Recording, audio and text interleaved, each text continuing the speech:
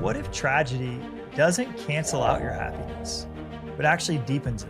What if the darkest moments of your life aren't sent to make you miserable, but to show you how to experience more joy in the face of tragedy? Today, we're talking to Angie Kim, author of the New York Times bestselling book, Happiness Falls, a book that explores how to grow your joy while facing incredible tragedy. I am so enamored with this book. It's a thriller. It was named one of the best books of the year by Goodreads. She's been in Time Magazine. She's incredible. And we get to talk to her today about what happiness really means and how going through suffering can actually enhance our joy. If you want to keep getting happier in your life and exploring new aspects of happiness, make sure you hit that subscribe button because we talk about happiness every week. Welcome to Good Mood Revolution.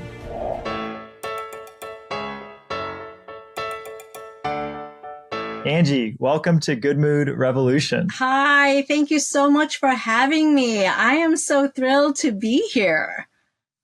I'm a big fan of yours, as so many people are. Your writing is just brilliant. Oh, thank you. From the very first sentence of your book, I should have called the police, but didn't.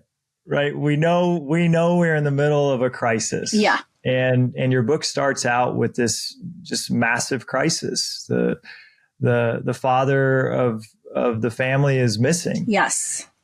What inspired you to explore how to be happy in the middle of a very big crisis? Yeah. So it's funny because after my first novel, which was a mystery and a thriller, I sort of thought, you know what? I don't want my second novel to have any whiff of a mystery. I just wanted to be a feel-good family drama about a quirky family.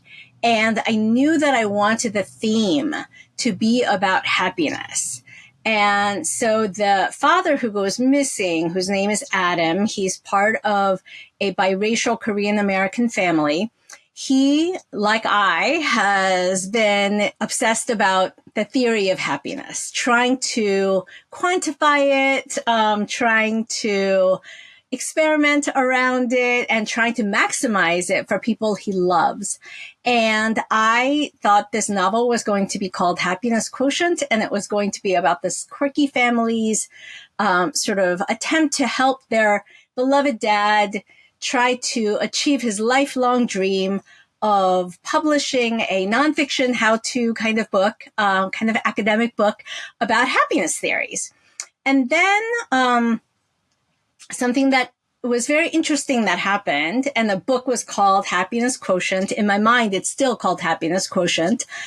And something weird happened, which is I got to know these characters of this family very well. And it's a family that actually had made an earlier appearance in a short story that I had published in 2013. So a long time ago when I first started writing short fiction.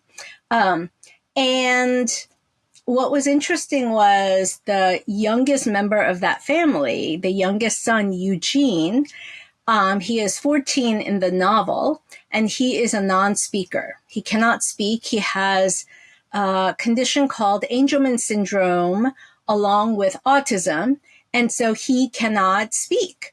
And I sort of thought, well, how is Eugene going to participate in this family's happiness experiments that they're doing, for their dad's Happiness Quotient book? And so I talked to some of my friends who have kids who are autistic, who have been labeled as nonverbal, and to just get their thoughts. And then that's when I discovered something mind-blowing, which is that some of these kids who are labeled as nonverbal, many with autism, actually have started communicating via using a letterboard in which they can't speak, but their therapists were like, well, what if that's not because they have some intellectual disability, but because of a motor issue?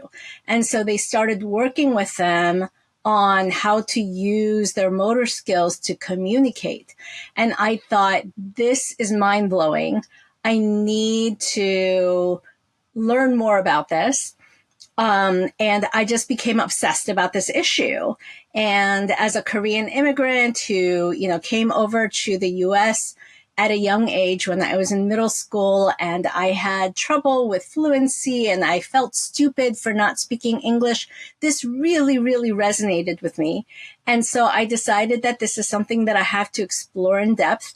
And then I thought, well, what better way to explore these issues other than to have the father go missing and the only person who was with him when he went missing be Eugene, the non-speaker in the family and the police and everybody in the community has to really focus on how to communicate with him in order to have any hope of trying to find the family. And in a super interesting fashion, you make it Eugene's condition so that he's always smiling. Yes.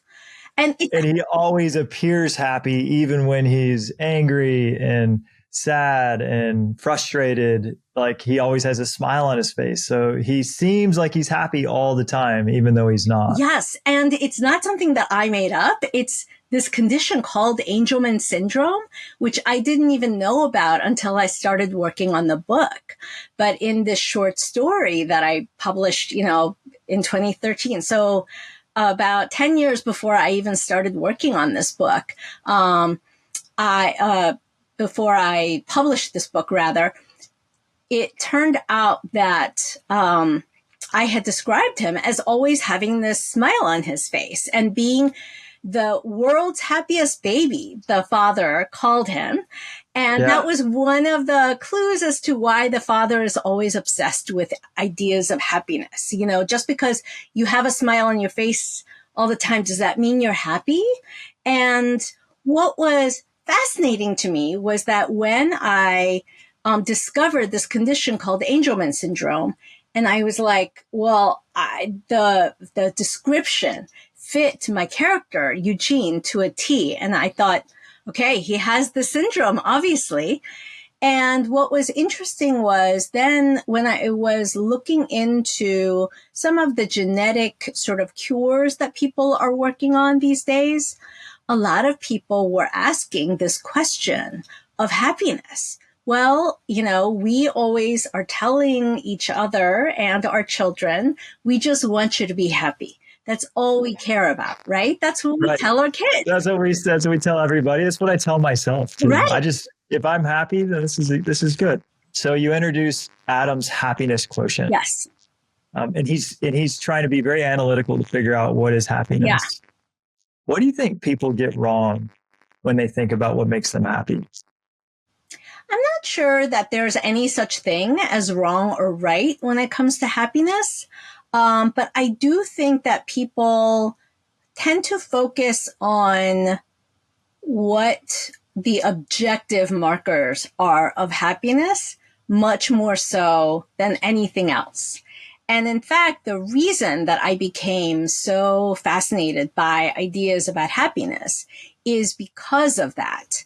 When I was in Korea, we were extremely poor. So we had no running water in the house. We used an outhouse. My parents and I, the three of us, slept in one room of another family's house. We didn't have a kitchen, all that kind of stuff.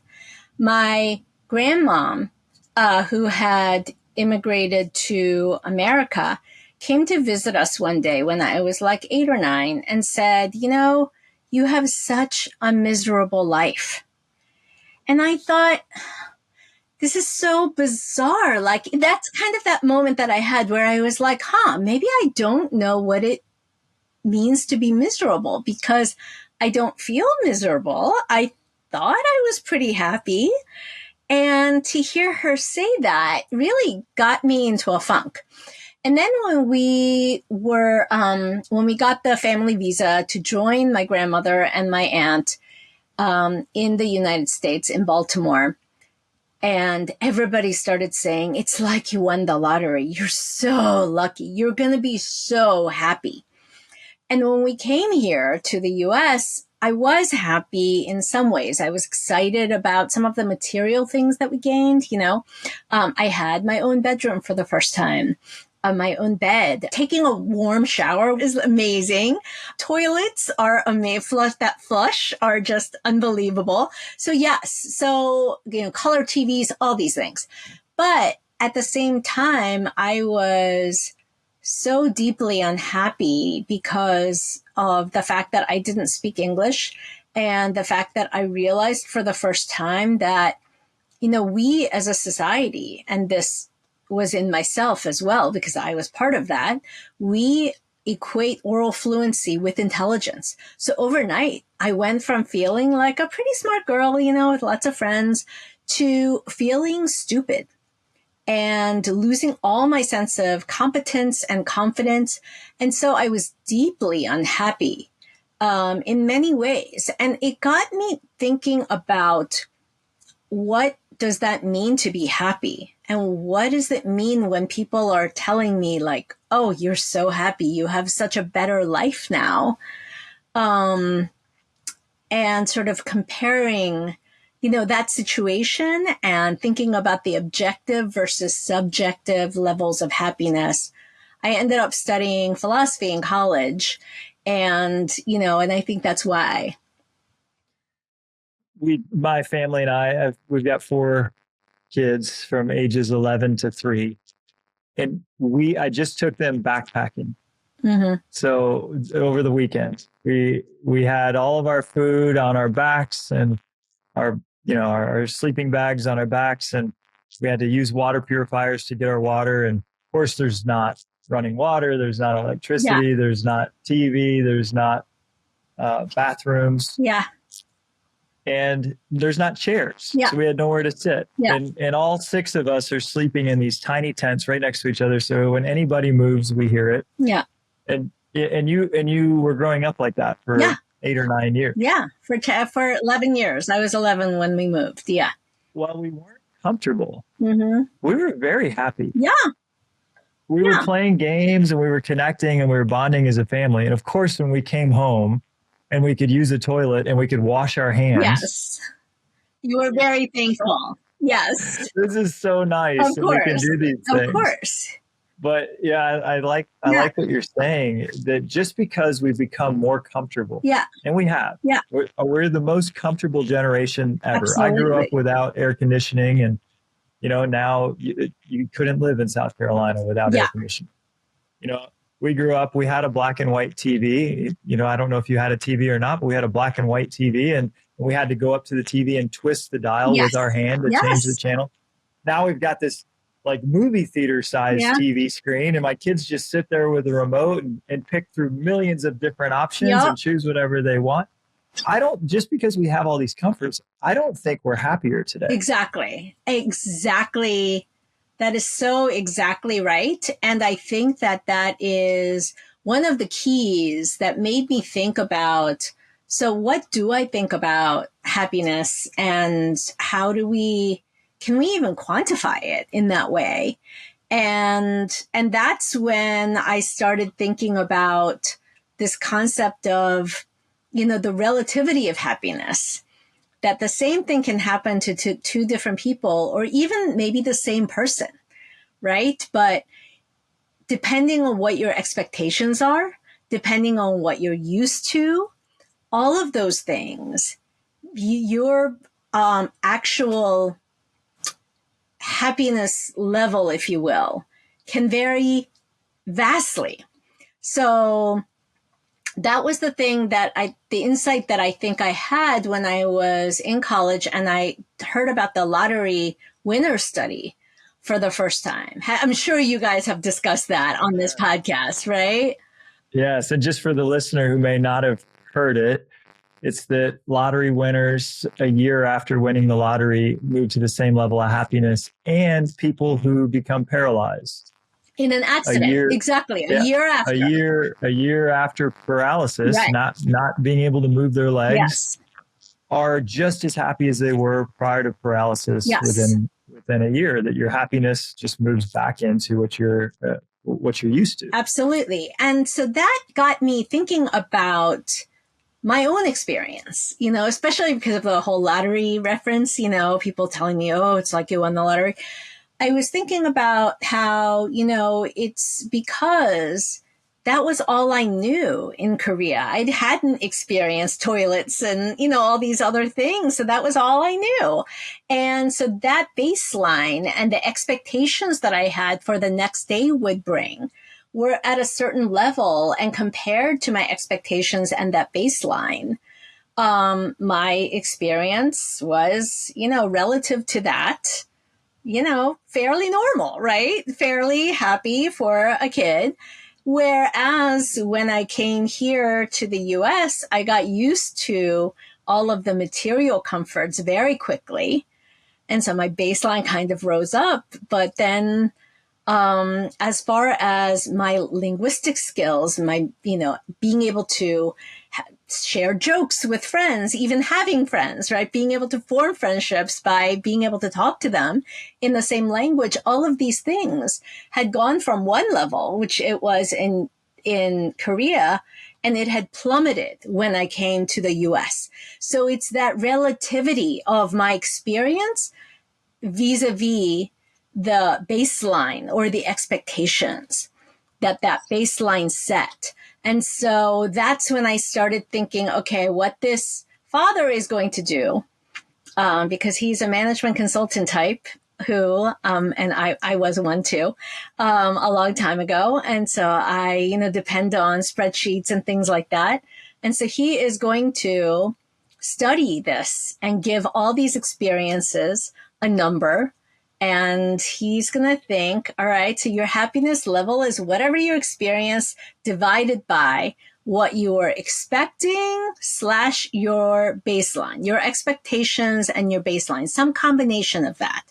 And so I started playing around with that and assigning numeric values to all these things and, trying to see if that was true. And I didn't do this to my own kids in real life, but Not like he did. yes, but the father does conduct some happiness experiments that are, fairly benign on his fraternal twins who are very different from each other.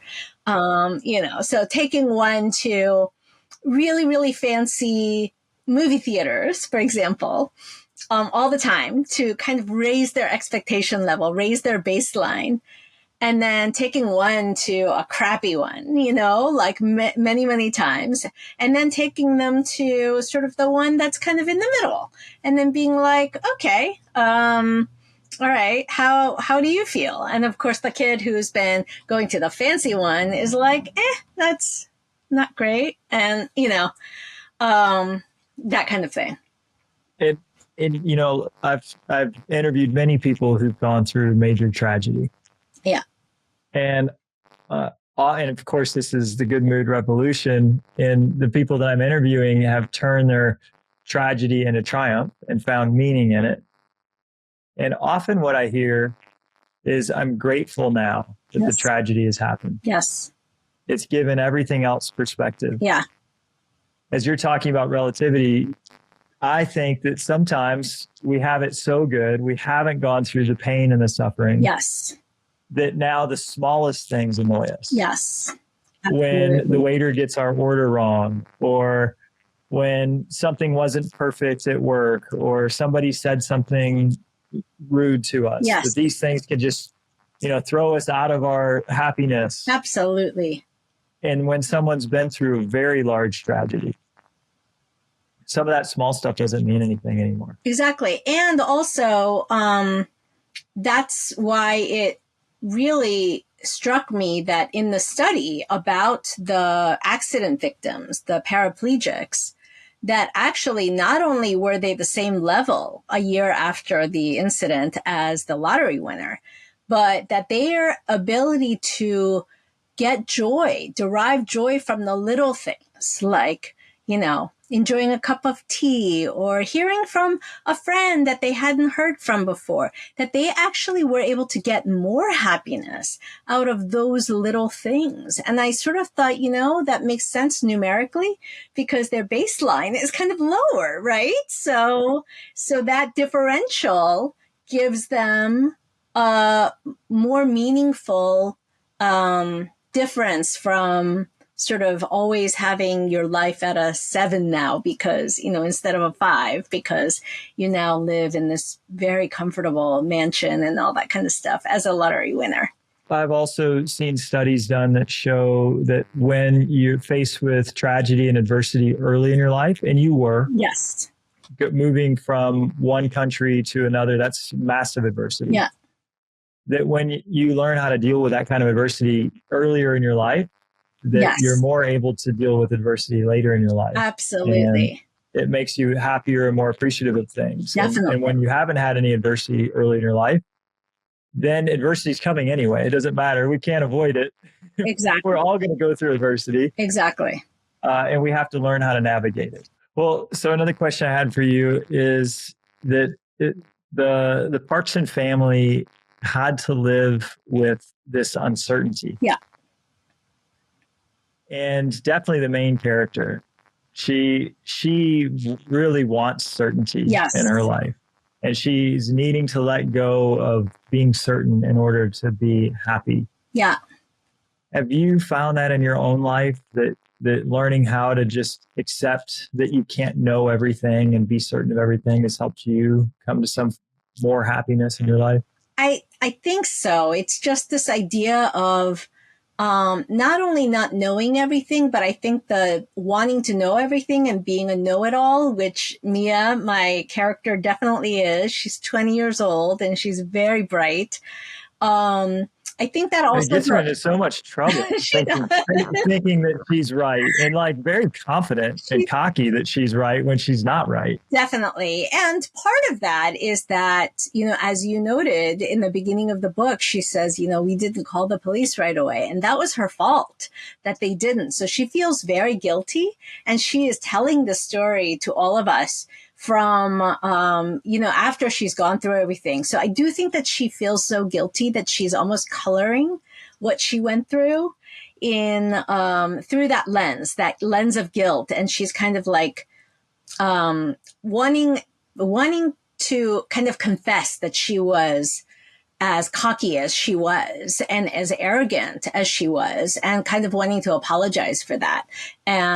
But I do think that the way that she sort of wanted to know everything also went hand in hand with wanting to control everything. I think I definitely have this tendency myself. A lot of, know-it-alls kind of are also control freaks. And I think it's that idea of like wanting to sculpt things a certain way. And I've definitely had to let that go, certainly in my life, but even more in my fiction. You would think that, when you're writing a story, at least you're kind of the creator, you're kind of the god of this world. So you can create in a way that, satisfies you, and you can know everything and you can control everything. And I've really had to let that go because my writing process does not lend itself to that. So a lot of my readers are really surprised when they'll, ask me a question about, a certain ambiguity in the ending, for example, or something like that. And I'll say, I wish I knew that, but I don't. And they'll be like, what do you mean you don't know? You made this world, you made these characters. And I was like, yeah, but I didn't write it. And that's how I get to know something. I write in order to find out what I think. And so if I didn't write it, I actually don't know. And so what's on the page is on the page. And in the case of, for example, this novel where I'm only writing from one character's perspective, what people other than she know or think or feel is all a guess, just like we all have to guess as to what other people in our lives truly mean or feel or all of those things, right? So it's the same thing here. And I really had to let go and just be okay with the fact that my characters are going to do what they're going to do. And sometimes things are going to happen on the page as I'm writing that's going to shock me and surprise me, hopefully in a good way. And, and that's the part of the delight of writing and also living, right? That you can't just control every little thing, and trying to see the good in that and take It's so pleasure in fun. It's so fun. It's so fun, especially with just a brilliant fiction writer like you, that your characters, the story's unfolding and that like you could actually be crying over a decision they're making. And you're thinking, I'm the one that's writing I this know. decision, but they have their own life. This character has its own life and it has its own opinions and its own desires. And you kind of have to let them decide, even though they're a character from your mind, they have their own life. Yeah, and also from what's best for the story, too. I remember when I was writing this novel, and very early on, Eugene, who is a character that I love, he is meeting with the police for the first time because, they're obviously very worried about what might have happened to the father. And he ends up getting arrested and getting into kind of a physical brawl with this detective. And I was writing that, and I was like, I did this huge gasp, and I was like, and I finished writing it, and it was, kind of a shitty draft. And so it wasn't refined or anything, but I called my editor and I was like, listen to what happened, as if I'm telling him something that's happening, like, in real In life. real life. And, Right. and I later sent him this draft, and I said, of the scene, and I said, I really don't want this to happen. I think I need to go back and redo it. And he was like, don't you dare redo that. That's best for the story. Yeah, it was a great part of the story. Oh, thank you. Taking a character that you like, and he is a beloved character, and having him go through such hardship. Yeah. But that's life It's too, hard. right? Like, so I want to be protective of my little ones, and I don't want to see them get into trouble, and yet they do. And they kind of have to go through their struggles. And like what you were saying before about children and building that resilience and, making sure that their baseline that they go through life with is strong. And, and that means, and building that up. And that means sometimes not, always protecting them, right? Not always, protecting, especially, bruised egos. If they lose, if they fail, letting them do that, because that is part of life. I am definitely the one that pushes them into dangerous territory. Yeah. I was the person who, wants to take them backpacking and wants them to try out for things and Yes. and be brave. Yeah. And of course, sometimes there's a lot of tears that follow. There is. That. But that's so important, because they need to, really realize that that's part of life too, and that's how, and if you are just comfortable all the time, as you said before, then they won't know to appreciate those moments that come. Yeah. And have you experienced that in your own life, that you can be going through a very despairing time and also find joy even in those times? I mean, yes. So I have 3 children, and all 3 have gone through medical issues. All 3 had issues as babies. They're all fine now. I'm knocking on wood. Yeah, but it was, and they were all different things. And I went through this with every single one of them, where there were moments when we despaired and there were some serious things going on and we didn't know what was going to happen. And to get out of that and to have those moments to sort of look back on and always have that sort of gratitude that they're okay now, and having that as the baseline and keeping that as the baseline has been such a challenge, but such a worthwhile one, because of that.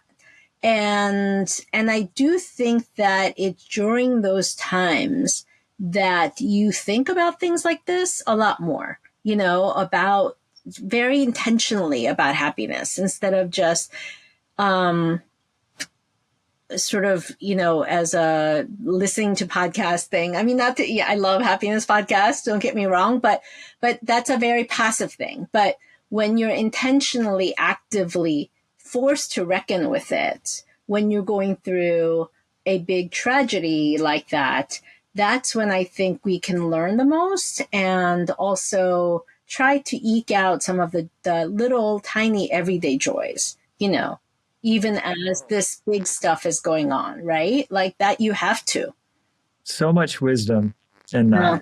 that. When everything's going well, Yeah. we kind of don't tweak anything. We're like, No, oh, it's going well. no. If you could leave our listener with just one takeaway about how they could apply more happiness in their lives this week, what would you tell them? It's really hard. But I do think that it is this idea of the baseline and remembering to want what you already have. I thought you were gonna go to this, to gratitude for what we have. Yeah, and it's a little different from gratitude. It's not being thankful for it, although I do think that is kind of a natural corollary that flows out of that. But I think it's just remembering that you want it.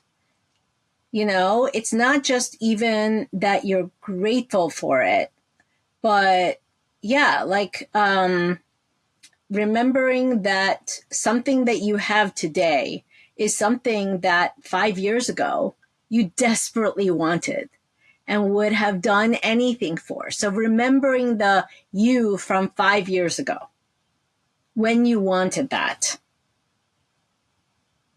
Yes. And now, the wife I have today is my dream wife. yes. The wife I pined for. The Yeah. children I have today, these are the kids I wanted since I was a teenager. I remember wanting these kids and being able to have conversations with children. Yeah. The podcast that we're doing now, this was a podcast. I was like, man, if I could just reach thousands of people and help them live happier, like, how amazing would that be? And now 185 episodes in, it's like, oh, okay, we're going to do a podcast this week because that's what we do every week. But when I stop and think about what you just said, that this was actually the dream.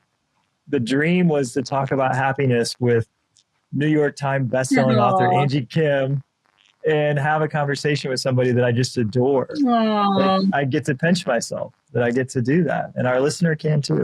Yeah, and for me, talking to somebody like you who has read the book, and how amazing that we're talking about, your own happiness practices, and that sending tingles down my spine as I'm realizing that your experience is something that you share with my own character who is obsessed with happiness, and that the origin stories are very, very similar in that. I mean, that is cool. That's really, really cool. I love that. Well, you know a lot about happiness. Yeah. Angie, obviously. Very cool. You are just a joy. I cannot wait to read your future works. And it's just, it's so lovely having you on the show today. Thank you so much for having me. I'm so excited to be here. And this was what a thought-provoking and also joy-bringing conversation. So thank you. Yes, and if you're listening, read Happiness Falls. Oh, thank you. You will love it. Like it's a page turner. You're like every single page, you're like, what is going to happen? Oh, thank you. And I do think that if you're interested in happiness, it is really fun to read some of those theories and stuff, and the experiments and things like that you'll probably recognize, and in the context of. Yes. Yeah, in the context of this amazing novel that just has you on the edge of your seat the whole time. Yeah, there's all the suspense, and then there's like this happiness theory, and you're like, how is this going to play out? So fun. Yeah, thank you. Angie, thank you. Thank you. What an inspiring, thoughtful, and lovely conversation with Angie Kim. I just love her novel, Happiness Falls, and how it challenges our assumptions about what happiness really means. Here are my top 5 takeaways from today's conversation. 1, happiness is relative. It's not absolute. What matters isn't just what you have. It's what you expect compared to what you have. If you could lower your baseline and remember that hardships actually make life feel richer and more joyful, you can be happy with just the littlest things in your life. Takeaway 2, connection is really the heart of joy. Emotional connection, even imperfect connection, is where true happiness lives. Being understood and respected, especially when you're different or feel different, is more valuable than material success or achievement. Takeaway 3, let go of needing certainty. Life's uncertainties can't be controlled, and chasing certainty often leads to frustration, trying to control the world that you can't control. Accepting ambiguity opens the door to unexpected joy and freedom, and there's where your joy lies.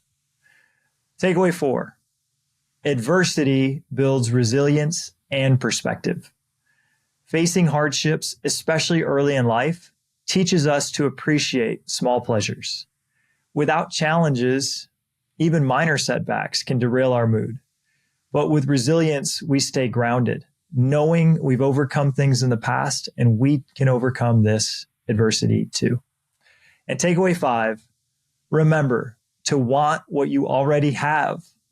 Happiness doesn't come just from gratitude, but from actively remembering that what you have today is something you deeply longed for in the past. This single shift in perspective turns ordinary moments into wonderful moments.